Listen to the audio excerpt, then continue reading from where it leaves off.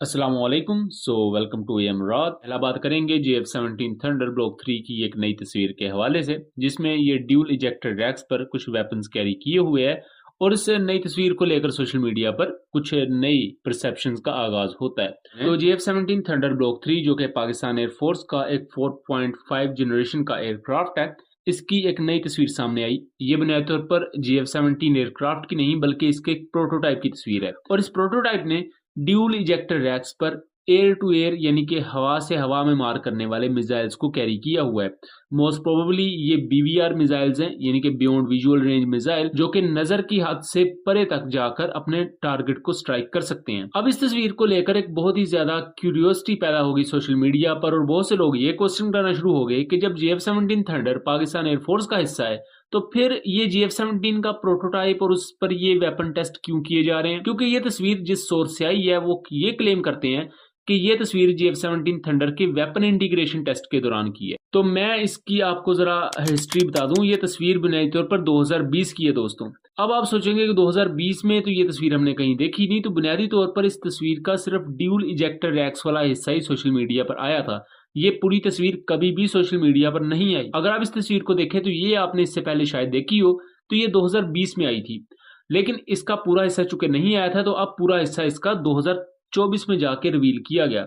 बहरहाल ये weapon integration test क्या है और उसके अलावा ड्रैग से रिलेटेड टेस्ट होते हैं, वो क्या होते हैं? तो बुनियादी तौर पर होता क्या है कि फाइटर एयरक्राफ्ट पर वेपन्स लगाए जाते हैं। जब एक एयरक्राफ्ट के परों के नीचे वेपन्स लगाए जाते हैं, उस जब वो हवा में उड़ता है तो एक तो उसकी रेंज थोड़ी सी कम हो जाती है, दूसरा हवा का जो मुखालफ सिमत से आने वाला प्रेशर है जिसे हम ड्रैग कहते हैं वो ज्यादा हो जाती है, जिसकी वजह से जहाज के इंजन को ज्यादा जोर लगाना पड़ता है। अब इन तमाम चीजों में टेस्ट ये किया जाता है कि जो वेपन्स हम लगा रहे हैं ये लगाने के बाद जहाज की परफॉर्मेंस में हमें खातर खा एक हद तक बेहतर नताइज देखने को मिलेंगे या जहाज की आस्पेक्ट रेशो इंतहाई बुरी हो जाएगी, जिसकी वजह से जहाज को मुश्किलात फेस करनी पड़ सकती हैं।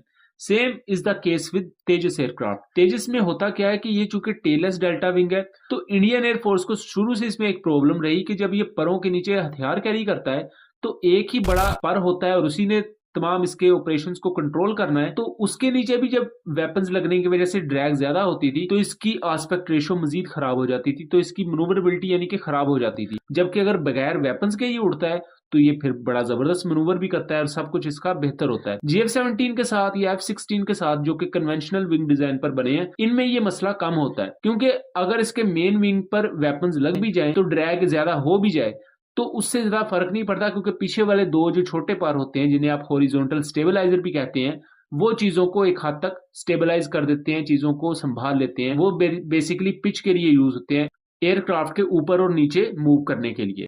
लेकिन ये चीज तेजस एयरक्राफ्ट में नहीं है, ना तेजस एयरक्राफ्ट में बल्कि दूसरे भी जो टेललेस डेल्टा विंग एयरक्राफ्ट है। बहरहाल इस तस्वीर के बारे में आपको पता लग गया होगा कि ये 2020 की तस्वीर है। उस वक्त JF-17 थंडर के प्रोटोटाइप्स जो थे उनकी टेस्टिंग चल रही थी और यहाँ ये भी टेस्ट किया जाता है वेपन इंटीग्रेशन टेस्ट में कि ये जो हम वेपन टेस्ट कर रहे हैं इसकी ड्रैग के साथ साथ जहाज की एरोडायनामिक परफॉर्मेंस यानी कि वो हवा में किस तरह परफॉर्म करेगा, उसके साथ साथ ये भी देखा जाता है कि ये वेपन हमारे इस मिशन कंप्यूटर सिस्टम के साथ अलाइन है, आया कि ये मिशन कंप्यूटर सिस्टम कितने बेहतर तरीके से मुस्तकबिल में इन वेपन्स को रिलीज करने के काबिल होगा, यानी कि फायर करने के काबिल होगा।